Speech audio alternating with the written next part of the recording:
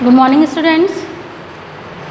महाविद्यालय के YouTube channel government college Sumerpur पर मैं खुशबू बंसल, सहायक आचार्य APST, आपका पुनः एक बार स्वागत करती हूँ।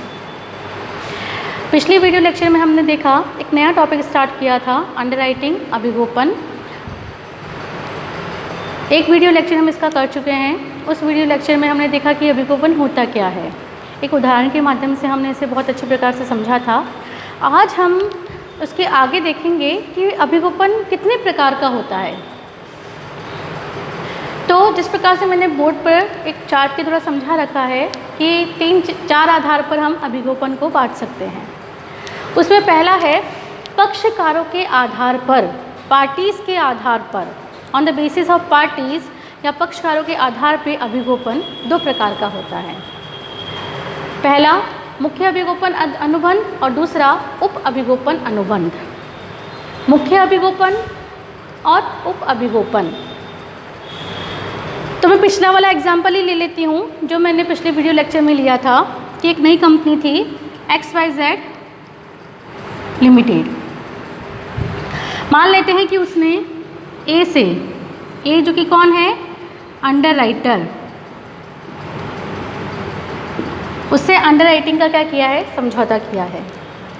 मान लेते हैं कि पूरा कितना शेयर इशू कर रही है, 1 लाख, और पूरा का पूरा ए से उसने अनुबंध कर लिया है अंडरराइटिंग का। अंडरराइटिंग का मतलब एक बार पुनः मैं आपको समझा देती हूँ कि दोनों के मध्य समझौता हुआ है कि जो ये 1 लाख शेयर इशू कर रही है वो ए जो है वो जनता में सब्सक्राइब करेगा। अगर जनता सब्सक्राइब नहीं करती है तो बचे हुए शेयर वो ए को खरीदने पड़ेंगे। इस प्रकार से ए जो है वो कंपनी को गारंटी देता है कि आपके 1 लाख शेयर तो बिकेंगे ही बिकेंगे, और उसके बदले में कंपनी से अभिगोपन कमीशन प्राप्त करता है। ये हमने देखा था पिछले वीडियो लेक्चर में अभिगोपन का अभिप्राय। अभी मैं यहाँ पे बात कर रही थी कि पक्षकारों के आधार पर मुख्य अभिगोपन और उप अभिगोपन होता है। तो उसमें बात कर लेते हैं पहले मुख्य अभिगोपन की। जो कंपनी और अभिगोपन के मध्य जो एग्रीमेंट हुआ है वही क्या है, मुख्य अभिगोपन। कंपनी और अभिगोपक के मध्य, एक भी हो सकता है अभिगोपक, एक से ज़्यादा भी हो सकते हैं। तो एक कंपनी और अभिगोपक या अभिगोपकों के मध्य जो अनुबंध हुआ है वह कहलाता है मुख्य अभिगोपन। लेकिन अगर अभिगोपक को लगता है, एक को लगता है कि इस कंपनी के शेयर सब्सक्रिप्शन में रिस्क थोड़ी सी ज़्यादा है, तो वो अपनी रिस्क को किसी और के साथ साझा कर सकता है। अर्थात वो सपोज़ करो कि उसने उन 1 लाख का अभिगोपन किया था ना, तो उसने क्या किया, ए ने बी को, किसको, एक कोई अन्य व्यक्ति है, बी को 1 लाख में से 40,000 अंशों को बेचने का दायित्व बी को दे दिया। मेरी बात समझ में आ रही है? फिर से बता रही हूँ मैं। ए ने, ए कौन था, अभिगोपक। कंपनी का जो अनुबंध हुआ है वो ए के साथ हुआ है, लेकिन ए को लग रहा है कि XYZ लिमिटेड के शेयर सब्सक्रिप्शन में रिस्क थोड़ी सी ज़्यादा है, तो अपनी रिस्क को साझा करने के लिए, रिस्क को कम करने के लिए उसने क्या किया है, एक नया एग्रीमेंट किया है किसी नए व्यक्ति के साथ। उस नए व्यक्ति का नाम क्या ले लिया हमने, बी। तो ए और बी के मध्य फिर से एक एग्रीमेंट हुआ। क्या हुआ कि 1 लाख में से 40,000 शेयर आप जनता में बिकवाओगे, नहीं बिकवाते हो तो आपकी रिस्क है।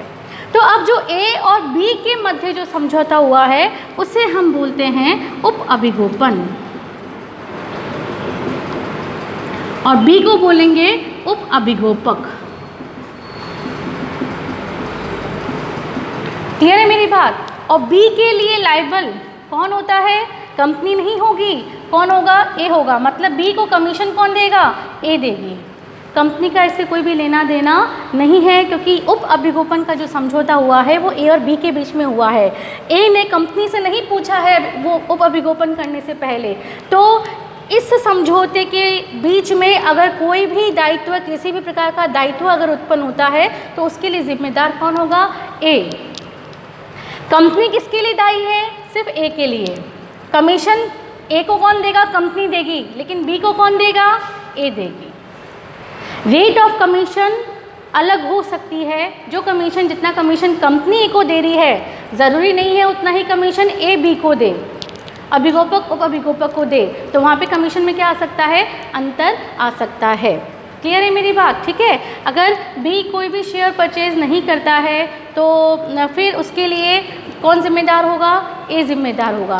तो ये हो गया उप अभिगोपन। तो पक्षकारों के आधार पर अभिगोपन दो प्रकार का होता है, मुख्य अभिगोपन और उप अभिगोपन। अभिगोपन समझौते के आधार पे भी अभिगोपन दो प्रकार का होता है, शुद्ध अभिगोपन और सुदृढ़ अभिगोपन। जो हमने यहाँ पे बात करी कि XYZ लिमिटेड ने ए से अनुबंध किया है, ए यहाँ पर अंडरराइटर है, इसको मैं थोड़ा सा हटा देती हूँ उप अभिगोपन को यहाँ से। ए यहाँ पर अंडरराइटर है, दोनों के बीच में समझौता हुआ है, ठीक है। अब सपोज़ करो कि जनता से सब्सक्रिप्शन कितना मिला है, 80,000 का। तो जो डेफिशिएंसी है 20,000 की, कम शेयर जो आए हैं वो किसे लेने पड़ेंगे, ए को। क्लियर है मेरी बात, ठीक है। तो ये तो हो गया जो सिंपल अभिगोपन का मीनिंग होता है, प्योर अंडरराइटिंग, शुद्ध अभिगोपन। अगर सारे के सारे जनता सब्सक्राइब कर लेती है 1 लाख, तो डेफिशिएंसी कुछ भी नहीं होगी, तो ए को कुछ भी शेयर नहीं मिलेंगे। अगर किसी कंपनी की गुडविल बहुत अच्छी है, ए भी चाहता है कि मैं उस कंपनी के शेयर परचेज करूं, लेकिन अगर उसने शुद्ध अभिगोपन किया है तो उस कंडीशन में तो उसे उस कंपनी के शेयर मिल भी सकते हैं और नहीं भी मिल सकते हैं। अगर पूरा का पूरा सब्सक्रिप्शन जनता ने कर दिया तो उस केस में क्या होगा, ए को शेयर नहीं मिलेंगे। तो लेकिन वो चाहता है कि वो उस कंपनी गुडविल बहुत अच्छी है, उस कंपनी के शेयर वो खुद भी परचेज करना चाहता है। तो इस कंडीशन में वो जो ए है वो पहले ही उस कंपनी से समझौता कर लेता है कि इस 1 लाख में से 10,000 शेयर तो मैं लूँगा, बाकी 90,000 आप जनता में इशू करो। तो ये जो 10,000 शेयर उसने अपने लिए अलग से ही निश्चित कर लिए हैं, इसे हम क्या नाम देते हैं, सुदृढ़ अभिगोपन का, फर्म अभिगोपन का। फिर ये 10,000 शेयर जनता में इशू नहीं किए जाते हैं। क्लियर है मेरी बात। तो प्योर अंडरराइटिंग तो सिंपल हो गया कि 1 लाख का अभिगोपन हुआ है, 80,000 जनता ने खरीदे हैं, 20,000 ए को लेने पड़ेंगे। अगर 1 लाख पूरे के पूरे जनता ने खरीद लिए तो अभिगोपक को कुछ भी नहीं मिलेगा।